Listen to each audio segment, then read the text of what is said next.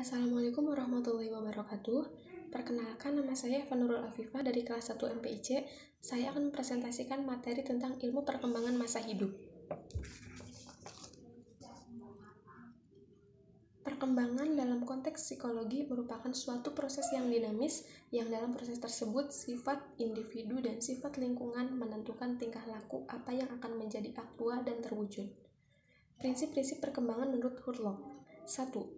Perkembangan awal lebih kritis dibanding sesudahnya, karena perkembangan bersifat berkesinambungan. 2. Perkembangan merupakan hasil proses pematangan dan belajar melalui latihan dan usaha. 3. Pola perkembangan dapat diramalkan, dimulai dari ujung kepala hingga ujung kaki. 4. Pola perkembangan memiliki karakteristik tertentu. Semua anak akan mengikuti pola perkembangan yang sama dari satu tahap menuju tahap berikutnya, kecuali anak yang berkebutuhan khusus. 5. Terdapat individual difference dalam perkembangan. Setiap anak akan mengikuti pola dengan cara dan kecepatannya sendiri. Tidak semua anak dapat mencapai titik perkembangan yang sama pada usia yang sama. 2. Faktor-faktor yang memengaruhi perkembangan. 1. Aliran nativisme yang dikemukakan oleh Schopenhauer mengemukakan bahwa perkembangan manusia itu ditentukan oleh pembawanya atau faktor-faktor yang dibawa sejak lahir, dengan menunjukkan berbagai kesamaan atau kemiripan antara orang tua dengan anak-anaknya.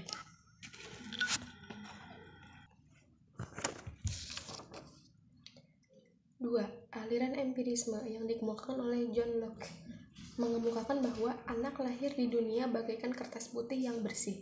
Faktor bawaannya kurang berpengaruh dalam proses perkembangan manusia. Baik buruknya perkembangan pribadi seseorang sepenuhnya ditentukan oleh lingkungan atau pendidikan. Yang ketiga, aliran konvergensi yang dikemukakan oleh Louis William Strand mengemukakan bahwa perpaduan dari pengaruh kedua unsur bawaan maupun unsur lingkungan yang merupakan faktor yang dominan pengaruhnya bagi perkembangan seseorang. Dapat disimpulkan bahwa ada dua faktor yang dapat memengaruhi perkembangan anak, yaitu 1. Faktor bawaan yang berasal dari dalam individu. 2. Faktor lingkungan yang berasal dari luar individu. Teori-teori perkembangan. Yang pertama, teori psikoanalisis yang dibagi menjadi dua, yaitu psikoanalisa Freud dan psikoanalisa Erikson. 2.